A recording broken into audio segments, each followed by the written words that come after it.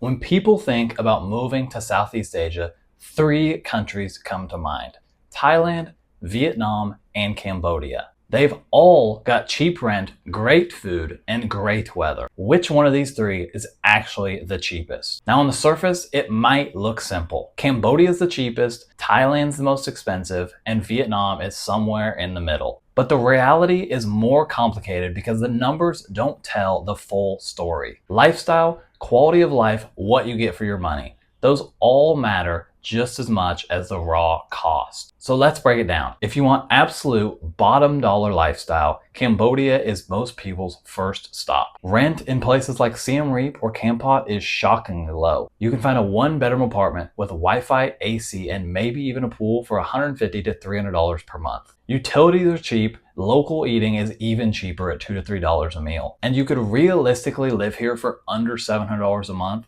without depriving yourself. But here's the trade-off. Cambodia might feel limited. Healthcare is minimal, shopping is thin outside of places like Phnom Penh, and unless you're working online, job opportunities are non-existent. The pace of life, it's slow, which some people love. You wake up early, head to the market, drive your scooter down peaceful, quiet roads, eat street food at night. It's calm, it's cheap, but it's not for everyone. After a year or so, foreigners sometimes feel stuck. So Cambodia is the cheapest, yes, but sometimes when you save money, you end up paying in other ways. Now, Vietnam sits right in the sweet spot. Not the cheapest, not the priciest, but often can be the best value for what you get. Rent in cities like Da Nang, Nha Trang, or Hanoi is still very affordable. A modern one bedroom in a good neighborhood goes for $250 to $500 a month. Food is where Vietnam really shines. Street food can come in at just $1.50, and you could eat like a king for $6 to $8 a day. The energy in these Vietnamese cities is completely different than Siem Reap. Vietnam is buzzing. Scooters are everywhere, endless cafes, and people are always on the move. Some expats find it overwhelming at first, but if you like having that mix of convenience and excitement, it is the place. Healthcare can be solid, especially in major cities. Internet, it's blazing fast most of the time. There are co-working spaces, gyms, international supermarkets, and for $900 to $1,200 a month,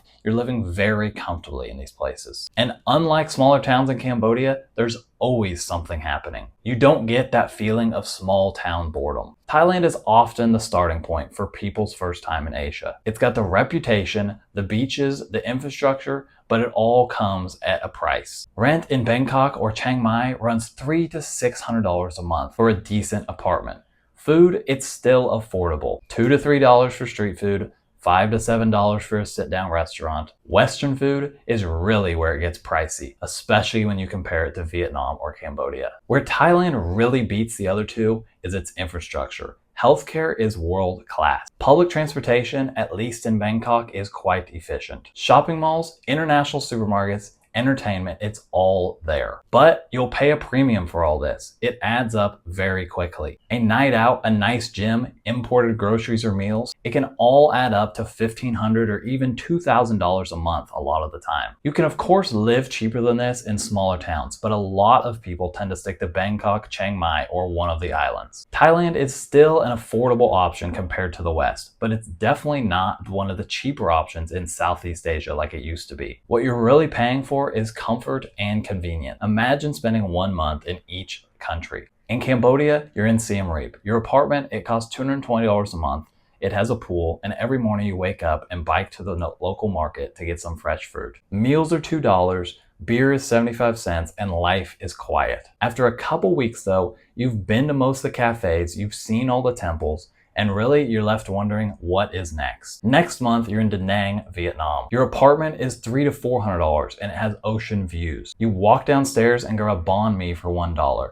Then you walk over to the modern cafe to spend your day working. The energy of the city keeps you busy. Weekends, you take trips to Hoi An or ride along the coast. The pace is fast. Sometimes it's overwhelming, but you never feel bored. Month 3, you move to Chiang Mai in Thailand. Rent, it's $400 to $500 and it comes with a gym. Food courts, street vendors, they are everywhere. But you're tempted into the many Western restaurants and that eats into your budget quickly. Healthcare is top notch, the city is comfortable, and everything just kind of works. But your expenses creep higher. Instead of the $1,500 budget you planned for, now you're over $2,000. By the end of those 3 months, you've seen the trade-offs quite clearly. Cambodia wins on price, Vietnam wins on balance, and Thailand wins if you want polished. Here's where things get interesting, because the headline numbers don't tell the full story. Visas are a big one. Cambodia is definitely the easiest, with a $300 visa that you can renew for the entire year. Vietnam is complicated. The policies change often, and depending on your passport, you'll end up paying for regular renewals or the occasional visa run. Spread across the whole year, that's $600 to $1,000 that you weren't planning for. Thailand has a little more structure. If you're on a tourist visa, you're dealing with the renewals and the restrictions. If you want something long-term, you're looking at education visa, retirement visa, or the pricey elite visa, along with the new DTV visa. None of those are free. Then there's transportation. Cambodia is cheap if you own or even rent a scooter. Public transportation is non-existent. You'll be relying on tuk-tuks when it rains, and that stuff adds up. Vietnam is scooter country. Everyone rides, but the trade-off here is that the roads are chaos. While Thailand, it has options. Bangkok has the SkyTrain and the MRT. This makes life easier, but if you're outside the capital, you're back on the scooter again. Utilities are another sneaky cost. In all these countries, landlords might try to sneak in inflated electricity rates, and you might get to the end of the month and your electricity bill is equal to your rent. Even flights matter. Cambodia tends to have smaller airports, which makes the flights more expensive. Vietnam and Thailand, on the other hand, are major hubs. So not only are the flights cheaper, you might also find more direct routes to other parts of Asia. That makes those weekend trips more accessible and less costly. So if you want the absolute cheapest lifestyle,